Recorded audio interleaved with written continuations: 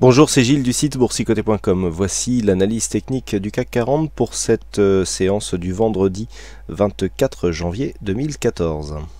Sale temps sur les marchés aujourd'hui. Après une ouverture en très légère hausse, le CAC 40 enfonce ici tous les supports pour venir clôturer très bas. On perd plus de 120, enfin on perd presque 120 points sur ces niveaux de clôture à 4161,47, donc ce qui nous provoque une perte de 2,79% par rapport au cours de clôture d'hier. Donc je vais y revenir sur les aspects techniques et donc sur les conséquences que peuvent avoir cette baisse, d'autant qu'il y avait quelques signaux haussiers hier sur certaines probabilités. Là on vient déjouer tous les pronostics et surtout on enfonce ici des supports importants qui vont un petit peu changer la donne du point de vue de la tendance. Du point de vue des indicateurs par contre, alors donc le RSI qui était plutôt neutre part dans une belle progression baissière. Le stochastique lance un gros signal de baisse ici, on a une grosse amplitude sur cet indicateur, donc la ligne de signal suit aussi et donc sort de la zone de surachat. Le MACD qui était déjà lui baissier confirme, donc on repasse en partie négative dans de forts volumes, des volumes qui ressortent nettement supérieurs à la moyenne et donc une forte volatilité, ce qui est souvent le cas lors des phases de consolidation brutale. Donc tous les éléments ici sont réunis pour nous indiquer une forte baisse et donc un mouvement puissant. Alors on avait ici cette zone des 4226 points. Il y avait une ligne d'eau ici sur cette phase, donc je vous avais dit que en cas de rupture ici de certains niveaux, l'objectif, notamment on avait un niveau un niveau à 4264 qui était quasiment ici sur les plus bas de la veille, légèrement en dessous, et je vous avais indiqué que sur une rupture des 4264 on pouvait revenir ici sur 4214. Le but en fait c'était de revenir sur cette ligne d'eau. On a ici un support majeur, mais on a une figure chartiste ici qui est définie et nous allons voir que cette figure justement avec la cassure de cette zone nous donne des objectifs qui sont assez importants et avec une bonne amplitude à la baisse. Donc là ici les cours sont venus, dans un premier temps on a rebondi sur 4214, donc ça n'a pas duré longtemps, une petite heure ou deux, et puis ensuite on a enfoncé le clou avec Wall Street, et donc on vient ici, on sort nettement de la bande de Bollinger inférieure, on inverse le mouvement, on était dans une phase de resserrement ici sur la bande de Bollinger, là on s'écarte, et donc on vient marquer donc une forte pression sur cette bande inférieure. Donc là, clairement, la dynamique est baissière. Du point de vue des indicateurs, donc on a vu que tous les éléments étaient réunis, mais surtout le plus important ici, c'est donc ce report d'amplitude que je vous propose tout de suite d'observer. Lorsque l'on a ici ce genre de figure, donc là on a quasiment une petite anse, on la voit ici, donc là on se relève légèrement, on redescend, et ensuite on a la tasse inversée. Donc là le fait que l'on ait une cassure ici de cette tasse nous fait un report de polarité. Alors nous allons étudier ce report de polarité. La ligne d'eau, donc elle se situe ici sur la succession de cette succession de points bas. Ici, elle est à 4215, elle est à 4214 exactement, mais on va la laisser comme ça, on n'est pas à un point près sur du daily. Voilà, donc la ligne ici matérialisée en pointillé.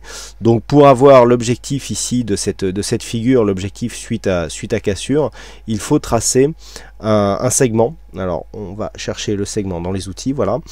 Donc on trace un segment ici qui va du plus haut de l'amplitude jusqu'à cette ligne ici, 4215.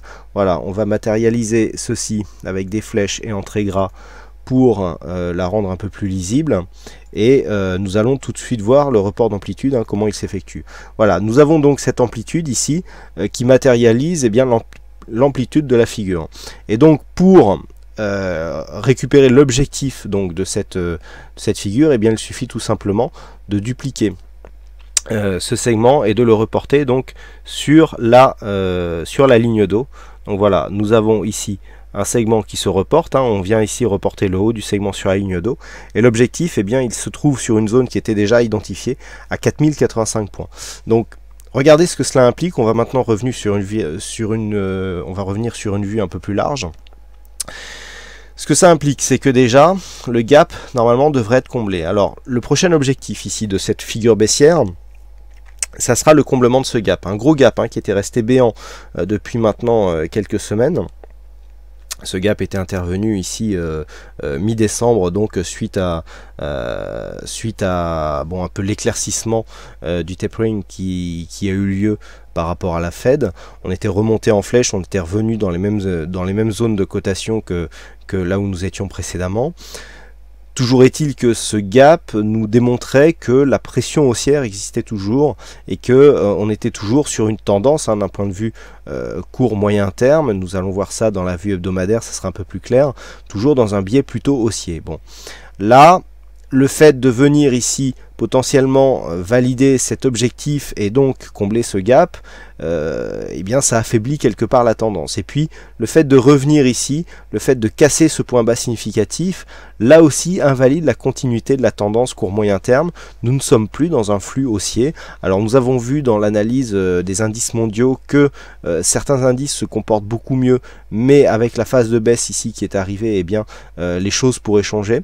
Il faudra réétudier donc ces indices, mais dans un premier temps, premier objectif ici sur cette phase, et donc suite à la cassure de cette zone ici à 4215, l'objectif se situe à 4085 points. Donc ça, c'est le premier objectif direct pour cette phase de baisse, donc qui peut intervenir très rapidement. Ensuite, nous avons ici une zone de support importante qui se situe donc à 4050 points. Cette zone de support est importante sur le reste de la tendance, puisque si nous avions ici une cassure de cette zone, eh bien on pourrait encore une fois retracer des objectifs avec une amplitude quasi équivalente, puisque nous avions déjà des figures qui s'étaient validées sur cette phase. Mais bon, pour l'instant on n'y est pas encore. Là je dirais que sur la prochaine phase de baisse, si donc cette baisse s'amplifie, il faudra absolument surveiller ici cette zone des 4050 points. Nous verrons tout à l'heure qu'elle est quand même majeure. Donc pour l'instant, en tout cas, les cours ici en clôture se situent dans une phase d'exagération. On sort bien ici des bandes de Bollinger. Alors on a à peu près la même chose ici sur cette phase. Vous voyez que d'ailleurs la séquence est à peu près pareille. On a ici un resserrement des bols. Bon, il était un peu plus marqué sur cette phase. Ici, on a une grosse sortie de la bande de Bollinger. Vous voyez que la réintégration ne s'est pas faite tout de suite. On a ici une grosse phase d'exagération qui a duré 2-3 jours avant que l'on réintègre ici les bandes de Bollinger. Donc, il ne convient pas de prendre des positions directement pour jouer la réintégration tout de suite. On est en pleine dynamique. Ce sont des approches qui sont quand même très dangereuses. Ou alors, on fait ça avec très peu d'exposition pour pouvoir, en cas pyramidé, ne pas se retrouver pour pouvoir moyenner et ne pas se retrouver en surexposition. Mais voilà, on imprime une dynamique. Donc là, on imprime un contact sur la bande de Bollinger inférieure. L'objectif, clairement, se situe à 4085. Nous verrons par la suite s'il sera validé. Mais on abandonne ici le biais neutre, voire légèrement haussier que nous avions sur le CAC, même si nous étions en forte sous-performance sur le CAC par rapport à d'autres indices. Eh bien, cette baisse ici généralisée sur les indices européens et sur les indices américains. Donc il va ici y avoir un mouvement de fond qui devrait normalement nous ramener à cet objectif, voire même ici sur cette zone des 4050 points. Alors comme promis, nous sommes vendredi, je vous propose maintenant la vue hebdomadaire. Alors, on est là sur un biais qui est très spécial. Là, si vous regardez bien, on a ce top ici à 4356, on a ce top ici à 4351, on est en vue hebdo, à quelques semaines d'écart. Nous pouvons considérer que ces deux tops sont quasi équivalents. Qu'est-ce que nous avons sur la configuration globale? Nous avons ici une phase de hausse dynamique, inscription d'un premier top, on redescend ici, inscription d'un deuxième top. Nous avons vu sur la vue journalière que l'objectif se situe à 4085. En hebdo, on est très proche ici de cette zone, ici des 4050, la zone des 4050 que je vous indiquais comme étant une zone majeure. Pourquoi est-elle majeure? Eh bien tout simplement si elle est cassée. Je vous avais parlé tout à l'heure de report d'amplitude. Eh bien ce report d'amplitude, il correspond à la validation d'un double top. Et donc ce double top ici, si on vient directement casser au niveau des 4050, on aura bien cette figure premier top, ici définition de la ligne de coup. deuxième top, et donc si on casse la ligne de coup, eh bien on reporte l'amplitude que nous avons ici entre 4350 et 4050, c'est-à-dire 300 points, sous la ligne de coup, à savoir 3750 points. 3750 points, ça nous ramène ici, hein, sur cette zone. Donc c'est vraiment très bas. Le fait que l'on poursuive ici ce mouvement, vous voyez que d'un point de vue hebdo, on n'est pas du tout en phase d'exagération. On peut très bien venir ici enfoncer la bande de Bollinger inférieure, hein, c'est tout à fait possible. Et dans ce cas-là, si on enfonce la bande de Bollinger inférieure, eh bien, on atteindra l'objectif défini précédemment sur la vue daily, 4085 points, je vous le rappelle, et on sera très proche de cette zone ici des 4050 points. Donc le risque est réel. La figure, ce double top, est une figure qui a quand même une bonne probabilité de réussite. Donc attention, donc la semaine prochaine, sur cette vue, on le voit bien, il faudra observer 4085, 4050, ce sont des zones qui seront majeures. Si ces zones n'étaient pas atteintes, si par exemple on avait ici, suite à cette phase de hausse, une oscillation qui alterne ici point haut, point bas, un point haut équivalent et puis un point bas supérieur, on aurait encore une possibilité, d'un point de vue moyen-long terme, d'avoir une figure avec une sortie haussière. Mais il ne faut absolument pas valider une cassure ici de cette zone des 4050 points. C'est la zone qu'il faudra surveiller dès la semaine prochaine et donc toute la semaine. Du point de vue de la tendance, on était relativement neutre, hein, sur les stochastiques RSI, donc là peu de signal. Le MACD, donc, qui était en phase de hausse, eh bien, se retourne à la baisse. Alors là par contre c'est plutôt baissier puisqu'on a des retournements qui se font, un retournement à la baisse qui se fait dans la partie inférieure du graphe. Ça démontre une grosse dynamique baissière qui est en train de se mettre en place, des volumes conséquents sur cette séance qui est baissière, avec une hausse de la volatilité. Donc là aussi, en hebdo, tout est réuni pour nous donner des éléments de continuité de cette tendance baissière. Alors, comment synthétiser tous ces éléments pour mieux appréhender la séance de vendredi? Donc, quelque part, avec cette phase d'exagération, même si je vous ai dit qu'il n'y avait rien d'automatique, il y a quand même des bonnes probabilités d'avoir au moins un retour à l'intérieur des bandes de Bollinger. Alors, petite parenthèse, si on part du principe que nous avons ce genre de figure, lorsque les cours ici ont ouvert, sont montés et ensuite sont redescendus, il n'est pas sûr que sur ce point haut, le point haut ici était dans la bande de Bollinger au moment où il se situait là. La bande de Bollinger est calculée sur les cours de clôture. Donc le fait d'avoir eu une baisse ici a rabaissé la bande, et donc peut-être que au moment où ce cours ici, nous avons un plus haut qui se situe à 4120, s'est inscrit, et bien peut-être qu'en direct, et bien finalement la bande de Bollinger était légèrement au-dessus, hein, voire 4125, 4130, et qu'elle est redescendue sous l'effet ici de la baisse que nous avons en clôture. Donc attention à ça, j'attire vraiment votre attention là-dessus. Je travaille avec des stratégies, hein, d'exagération. Je pense que c'est un secret pour personne, mais c'est vraiment dangereux sur ce genre de cas, parce qu'on croit qu'on a les probabilités avec nous, mais il faut avoir une bonne lecture des indicateurs.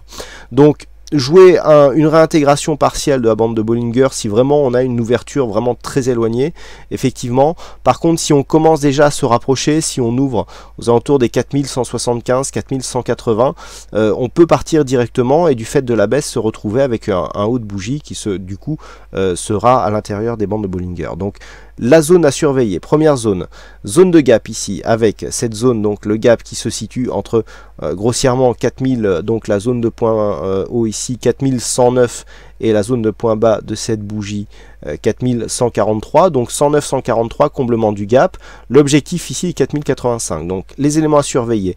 Ici ce gap, normalement ce gap, en étant comblé, donc sur 4109, on devrait avoir ici une réaction des marchés, au moins un rebond au moins technique. Donc ce rebond peut s'effectuer soit sur le haut du gap, soit ici sur le bas. Si on comble ce gap d'une manière unidirectionnelle, c'est-à-dire sans phase de rebond, sans rien du tout, attention danger, on aura une grosse pression baissière. Un gap est un élément qui naturellement fait office de support. Si on comble ce gap d'une manière directe, cela démontrera qu'il y a une forte pression baissière sur les marchés, et donc on viendra directement atteindre l'objectif des 4085.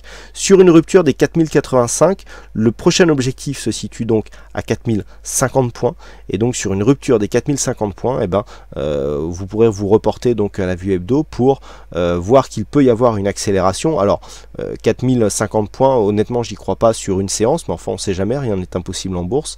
Là c'est une prévision pour la semaine. Pour lundi, déjà on surveillera ici la zone du gap, les 4085, ça devrait normalement tenir pour la séance, et ce n'est même pas sûr qu'on y arrive, à moins qu'il y ait des éléments ce week-end, hein. Bon, le Moody's doit se prononcer sur la notation de la France, je pense pas qu'on ait des grosses surprises, mais on ne sait jamais. Donc ça, ce sont des éléments qui peuvent provoquer un mouvement. Si les cours reviennent ici au-dessus de 4195, on pourra espérer un rebond qui pourra revenir ici sur 4000. Alors on a 4215 et 4226 ici, cette zone de support majeur qui devrait, après avoir été support, eh bien au moins, même dans une optique de continuité, être confirmé comme résistance. Si on a une descente directe sans contact ici sur cette phase, on est vraiment sur une zone très avec énormément de pression et donc très dynamique à la baisse. Voilà donc ce que l'on peut dire sur cette longue analyse du CAC 40. Alors aujourd'hui, il y avait un fixing, c'est Sophie78 qui gagne sur cette session. Bravo à toi Sophie, et puis quant à moi, il ne me reste plus qu'à vous souhaiter malgré tout un bon week-end, bonne chance dans vos prochains trades, et on se retrouve donc dès lundi pour d'autres analyses techniques en vidéo. Bonsoir à tous.